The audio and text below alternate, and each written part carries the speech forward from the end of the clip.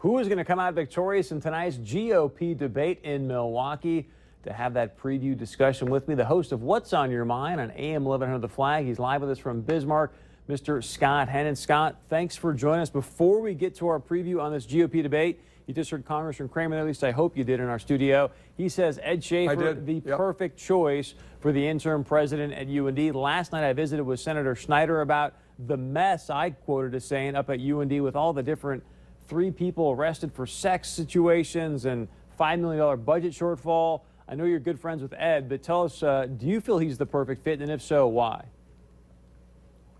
I do, and you forgot the nickname debacle, and the battles between the academics and the president. And I mean, the whole thing is just, you're right, a mess is a great description. But here's the deal. For far too long, in my view, the president of universities had to have, all these alphabet soup, titles and doctorates behind his name to be a good leader. And a good leader, it doesn't matter. A good leader is just a good leader. And Ed Schaefer is a good leader. I love Kevin's example.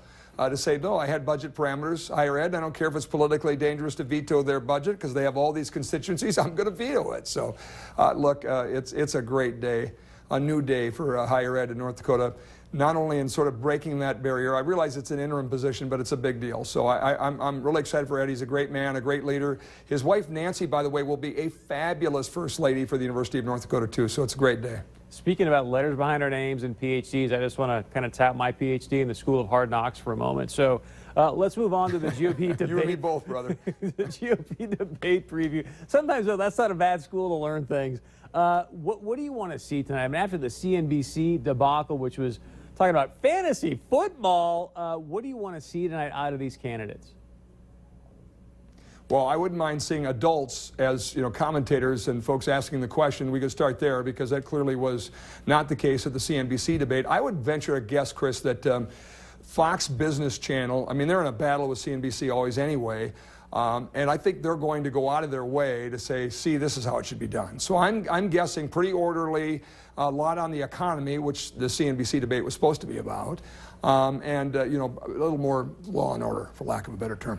Now, as far as what else, here's what I think needs to happen. First of all, Jeb Bush, this is it. It's almost do or die, right? So he has to absolutely emerge from this pack. Ted Cruz and Marco Rubio go up another notch? Because you notice they've sort of one notch. Every debate they've gotten a little better.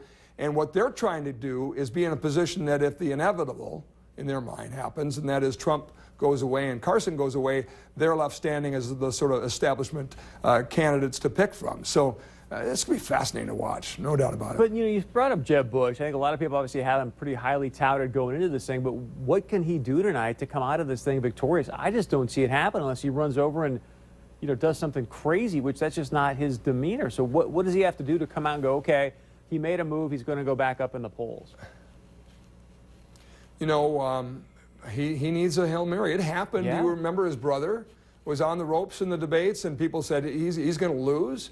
And it was down in Florida, I think. He came back and just knocked it out of the park in a debate. And so it can be done. And, the Bushes, they deserve a lot of our credit as Americans. They are good, decent people. Their public service is honorable. It isn't about feathering their nest. But I don't think they really enjoy the bare-knuckle politics of it. I think they just, it's a little bit sort of, hey, just, let me do this, right? Trust me. And you can't do that. You can't do that, especially after 8 years of enormous frustration for any kind of Republican worth their salt out there. You just have to be horribly frustrated about where we're at, and the Romney campaign, just all the things. So to me, he just needs a moment so you and I and every other conservative out there goes, wow, where's that Jeb Bush been? And I don't know what that is, Chris, but I'm just saying he really has to stand out, and not unlike a Ben Carson did at one point, a Carly Fiorina did at one point. Certainly Carson and Donald Trump have repeatedly done that, so we'll see. Let's do some rapid fire here stuff, Scott. I've got just a couple minutes left. Ben Carson obviously having some situations about his book where he said, hey, I stabbed somebody or tried to, about the pyramids and grain silos. Also about the situation at West Point where he called it a scholarship, but it wasn't really. Does all that stuff make a difference, do you think, to the average voter? No. I No, I really don't. I mean, Clarence Thomas, right? Ask him. This is that all over again. And where's Clarence Thomas, Supreme Court? So, and by the way, I don't think he could have handled it worse, honestly, politically speaking, because he's blowing it off.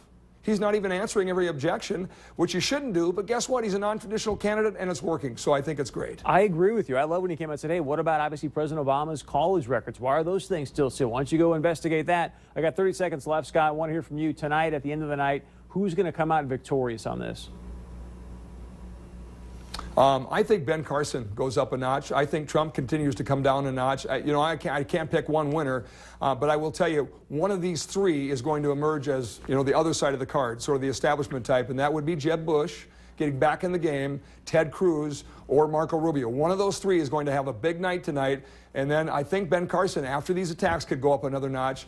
And I just think Trump, the star's fading a little bit. I really do. Well, and I think Carson's going to come out. I mean, there was a lot of great response to him getting angry at that CNN presser, if you will. And I think you're going to see a little bit of an edge to Ben Carson, which would be interesting to see how that plays during the debate. Scott Hennen on AM 1100 The Flag. What's on your mind from 9 to 11? Thank you for your time, sir. Always a pleasure, Chris. Take care. All right, let me know your thoughts. Who's going to come out in tonight's debate victorious? What are you looking for from some of these candidates?